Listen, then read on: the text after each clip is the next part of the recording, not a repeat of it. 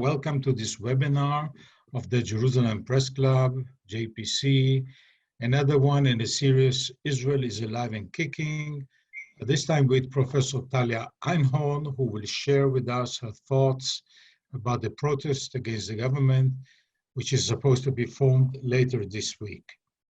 Talia Einhorn is Professor of Law at Ariel University, Department of Economics and Business Management, and visiting Senior Research Fellow at Tel Aviv University, Faculty of Management. She is the author of The Role of the Free Trade Agreement between Israel and the EEC and Private International Law in Israel. Professor Einhorn will start with a short introduction, and then we'll move to Q&A. Professor Einhorn, please. Well, thank you very much for having me, Mr. Dromi. It is my pleasure and honor to be your guest today.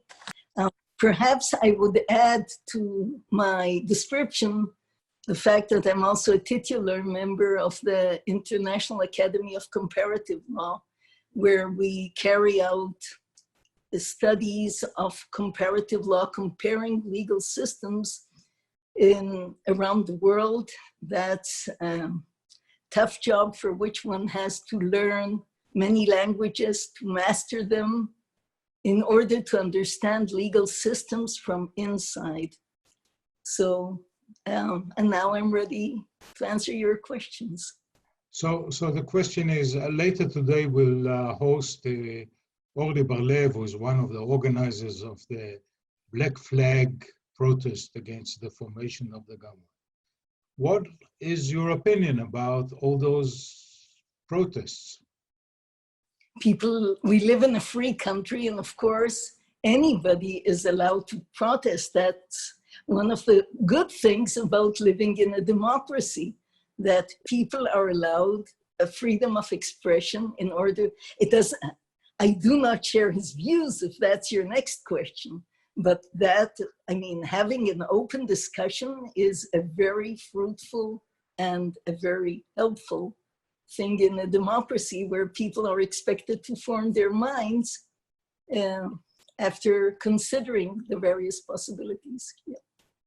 So that's your general view, but to the point, what's wrong with the positions of those who protest against the government? Why I disagree with them? Well, I disagree because in Israel, there is also a rule of law. Now, what's happening in Israel is that people who lose the elections come up to the High Court of Justice, the Supreme Court sitting as a High Court of Justice, and try to overturn, with the help of the court, the results of the elections through petitions to the court. Now, what's wrong with all this problem? The problem starts not with the people who petition the court, but with the court itself. Because Israel has a unique system in this respect. The Israeli High Court of Justice has a proceeding that doesn't exist in any other Western democracy, in the sense that the High Court of Justice sits as a court of first and last resort. You come directly to the Supreme Court. You don't get so easily to the US Supreme Court. You have to go first through a trial court that will investigate the facts of the case. Now, furthermore, the court should abide by the rule of law. The rule of law doesn't mean that Mr. Dromi and Talia Einhorn abide by the rule of law. That's trivial. All powers, the executive, the Knesset, and also the court, has to follow the rule of law. There is a basic law which has been amended in 2001 to decide who can be appointed a prime minister, receive the mandate to compose the government, establish the government. So it's very, very clear what the law has to say. And nonetheless, the Supreme Court accepted petitions one time after another, claiming that Netanyahu, because of the indictments alone, should not be given the mandate to establish the government. And the court every time said it's too early, first go to elections and let's see what happens. And then once the elections are over, okay, now they could look at the law very easily and see what's written there. In the law, it is written very, very clearly that a prime minister may be, and there is no lacuna, no gap in the law, a prime minister may be appointed and stay and maintain his position as the prime minister until there is a final judgment in a case in which it has been decision that this is a grave offense. Now, furthermore, the basic law even foresees the possibility that a person has been granted the mandate and beforehand he had been indicted. So there are instructions even for that. And indeed, after 8 hours of debate, 7 hours in the first day, the court said, well, unanimously, there is no ground in the law. So why have all this show for the public, spending a lot of money, public money, spending the time of the court, which is precious, and have all this. Furthermore, there are 2 more additional problems with the High Court of Justice. One is that everybody can come to the court. So even if there is a possibility to come to the court, there must be rules of standing. And for years and years, the court was very strict about it. If you're not personally affected, you have no place there. So we have these public petitioners. Nobody knows which public they are representing, in fact. And on top of all this, even though the court was upset when the advocate for Mr. Netanyahu said that, there is a problem of justiciability. Aaron Barak said indeed in his judgments that everything, the whole world is filled with law and there is no issue, be it political or social or a matter of policy, that cannot be dealt with by the court. All this is very special. And finally, on top of all of these, it is the chair, the president of the court, who has the power to appoint the panel sitting in each case. And that is another problem, because by deciding who are the judges who are going to sit, you may predetermine the result. So can I interpret what you said, that the Supreme Court should have kicked out these the people who appealed and not even hear their petitions? With respect to the petition regarding the prime minister, definitely, I have no doubt about it. With regard to the second problem regarding the coalition agreements, here there would have been room for the court, perhaps, I'm not sure, but then the court should have restricted the petitioners to only the specific issues that they considered to be a problem. Now, the court already in the first day noted that there are 4 types of issues, 2 of which shouldn't be dealt with by the court at all. So since they had known it at the outset, now, you may ask yourself, why did the court do that? I mean, the justices of the Supreme Court, the president of the Supreme Court knows exactly what I'm telling you. It's not a secret. However, unfortunately, there is a book I'll show you. It's called in Hebrew, Mifleget Bagatz, the Bagatz Party, written by the legalist lawyer attorney Simcha Rotman, who is the attorney for democracy, the movement for democracy and governance. And he published a book called the Bagatz, the High Court of Justice Party, because the High Court of Justice in Israel has become a political player over the past decades. The book has become a bestseller. Now think about it. How can such a book become a bestseller? It means that there is a lot of popular feeling that the court has gone too far. By the way, this has been we hope to invite Simcha Rothman next week to one of our webinars. You seem to like this book, so you subscribe to the position or to the attitude that the Supreme Court has taken a side in the political arena?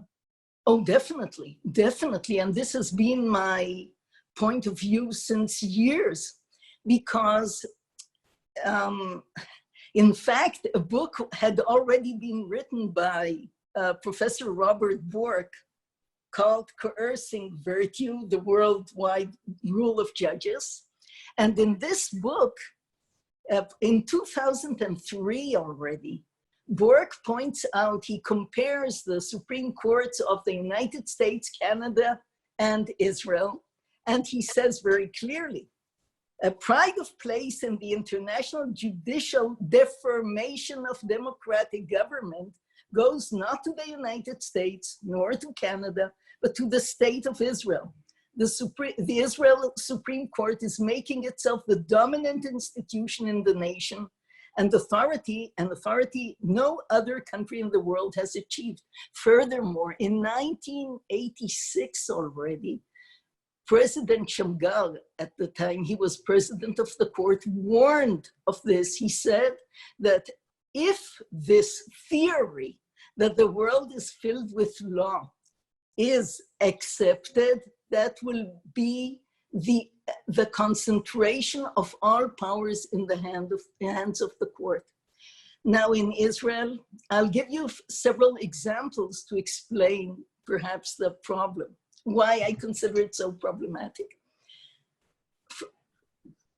One example is a simple one, the prisons in Israel. The Supreme Court decided that there is not enough room for prisoners in Israel, and ordered the state to fix this matter within 1 year. Now, anybody who lives in Israel knows that even getting a building permit doesn't go within 1 year. You need also a budget, you need to hire more personnel, and so on and so forth. When the government came and asked for an extension of this deadline, the court said, what are you talking about? When we said 1 year, we meant it, with the result that people had to be sent out of prison and are still being sent out of prison, even though they should be there. So the court, now, let's take another example. Let me just try to clarify. You're saying the court is detached from reality? Yeah, it doesn't have the tools to decide matters. And therefore, it has started, I mean, when I studied law, you had to come with a cause of action, not only to have standing and to have a justiciable matter, but also to show that the government acted in excess of its powers, that the government acted, took into account irrelevant considerations, and so on. The Israeli court moved to a standard of reasonableness. Whatever is not reasonable in the eyes of the court cannot be upheld. Now, the court, when it decides what's reasonable and what's not, it never has the full picture. And therefore, it doesn't have the tools. What tools do you have to decide what's reasonable and what's not? I'll give you another example. The people in South Tel Aviv, in southern Tel Aviv, there is a big problem of infiltrators, job seekers. Some people call them asylum seekers, although by international standards, they're not really asylum seekers because they come from third countries. So the court, one time after another, abolished the laws that the Knesset made after trying all kinds of making efforts in order to remove the problem. The court, in fact, has come to decide Israel's immigration policy. Now, what's the problem here? They don't really protect basic human rights of the people who live in southern Tel Aviv. They don't care for them. This I cannot even understand, but the court doesn't have, as I said, the tools. Let's go take a step back and pull out of the judiciary arena into the political one. I thought we were already in the political one. Yeah, okay, I understand. Don't you forget about the legal aspects. Personally, you don't have a problem with a Knesset member or prime minister or a minister forming a government when he is indicted with 3 serious charges? Okay, the answer goes like that. As I see it, I mean, it's not only I, but all of the people who voted, because it was written on the notes, we are voting for, let's say, Likud headed by Netanyahu, or you're voting. Now, the problem goes like that. When you come, of course, it's ideally the answer is yes, it's better to have somebody who has never had any indictment and so on and so forth. But the question here is, who is going to lead the Israeli public, the Israeli people at this point in time? And many people consider Netanyahu to be an excellent prime minister. You see his accomplishments, and his accomplishments are very, very high. I mean, Israel is doing economically as it never did. With respect to security also, these have been 10 good years. Yes, we have rockets, yes, we have problems. The problem of Iran, he dealt with exceedingly well. Israel's foreign relations are like never before. Now, you know, let's take a look at the Bible. When the people of Israel the tribes have a problem, they go to Iftach. Iftach is a judge of whom it is said that he didn't have the best of personal qualities. And nonetheless, at that time, the people came to him to become the leader. Furthermore, when the law was changed because the basic law, the government was amended in order to enable not only the prime minister, but also ministers to stay in place, remain in place, in office, even after indictments had been brought. And why did that happen? It happened because we had some unfortunate cases where and that's another Israeli problem, where the office, but that's separately.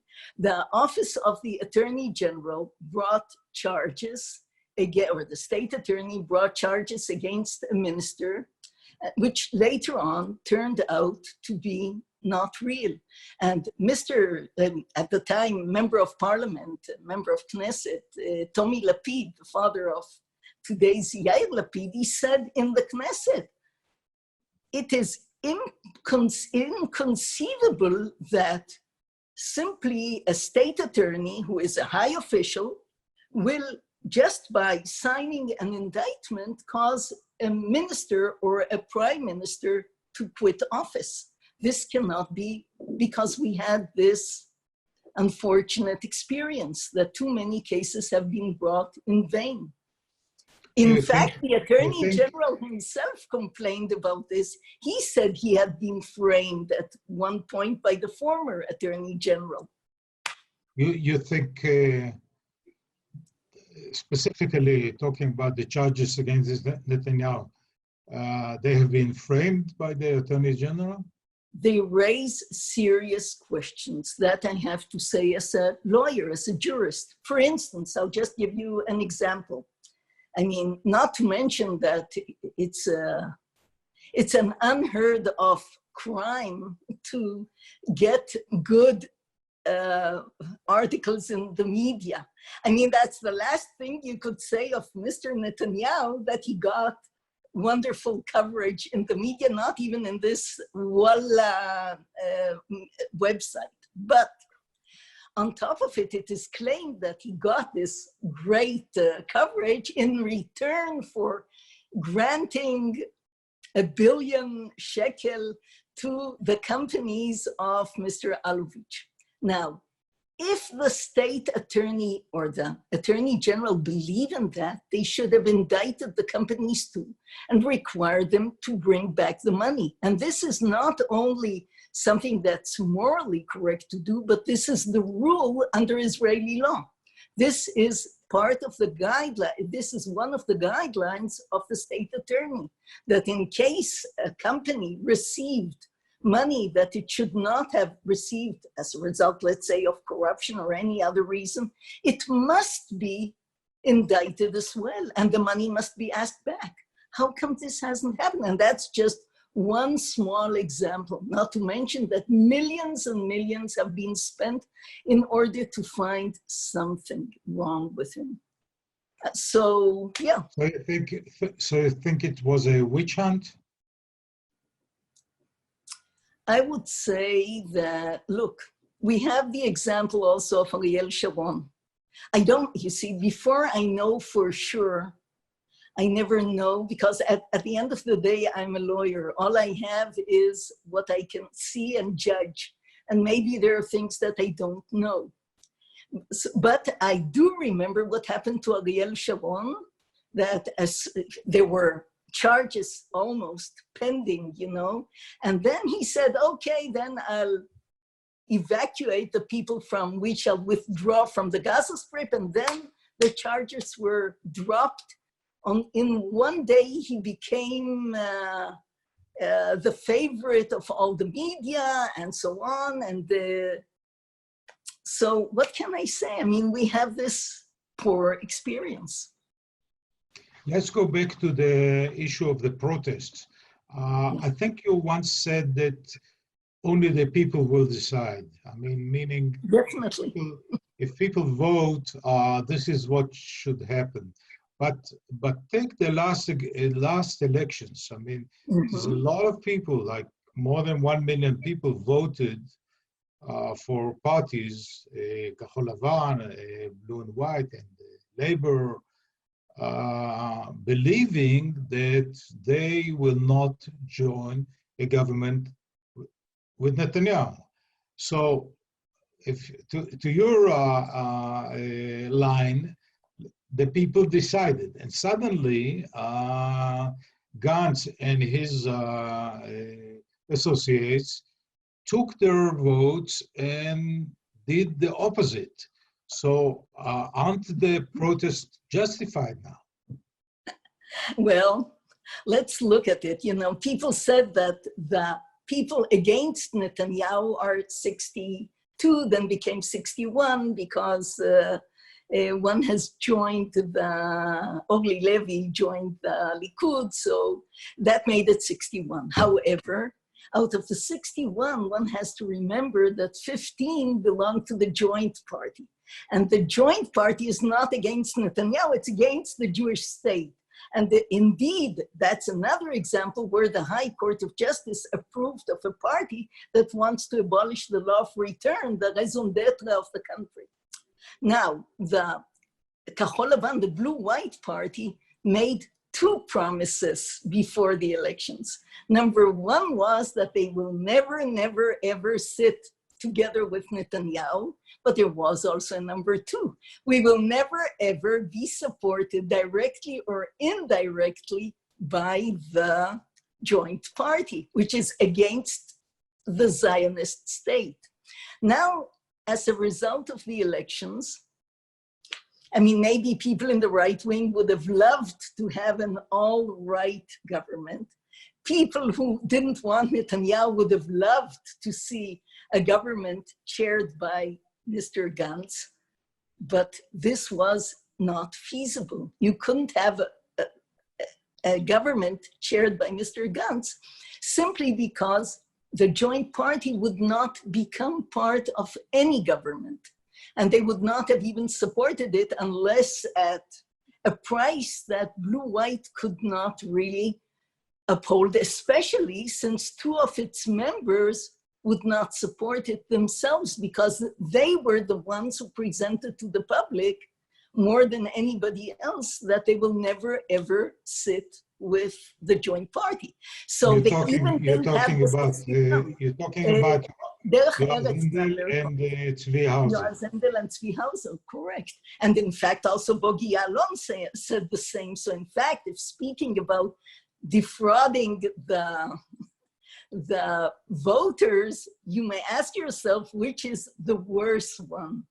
And indeed, there was an attempt to use the joint party to attain its support, but then these two members of Knesset said, no, we cannot do it. We promised our voters never to be supported, even indirectly, by the joint party.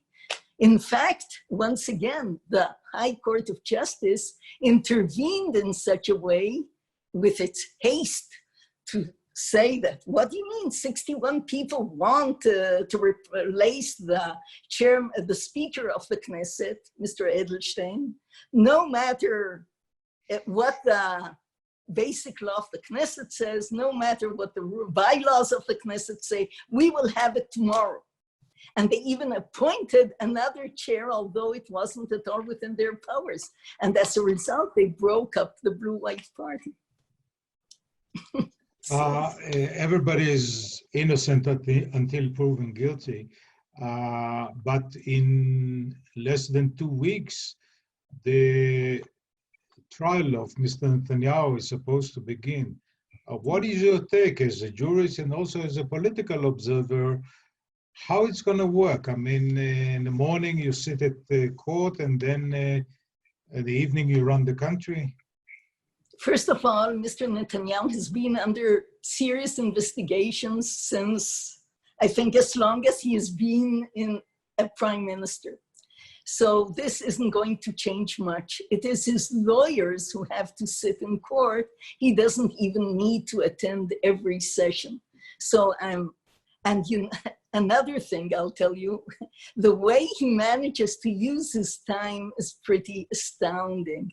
I'm not worried at all. What perhaps Mr. Gantz could do in a year, it seems to me, just by observing, and once again, we haven't had the experience of having Mr. Gantz as prime minister, but it seems to be that Netanyahu, who is shrewd, is clever, has a very quick grasp and understanding of situations. And I'm confident that he will do a very fine job. In that respect, I'm totally relaxed. On this happy note, I want to thank you, Professor Talia Einhorn, for an excellent session. Thanks for being with us. Stay tuned to our next webinar at 4 p.m. this afternoon with political activists and one of the organizers of the Black Flag protest, Orly Bar-Lev. Thank you all for being with us. Thank you so much for having me. Thank you.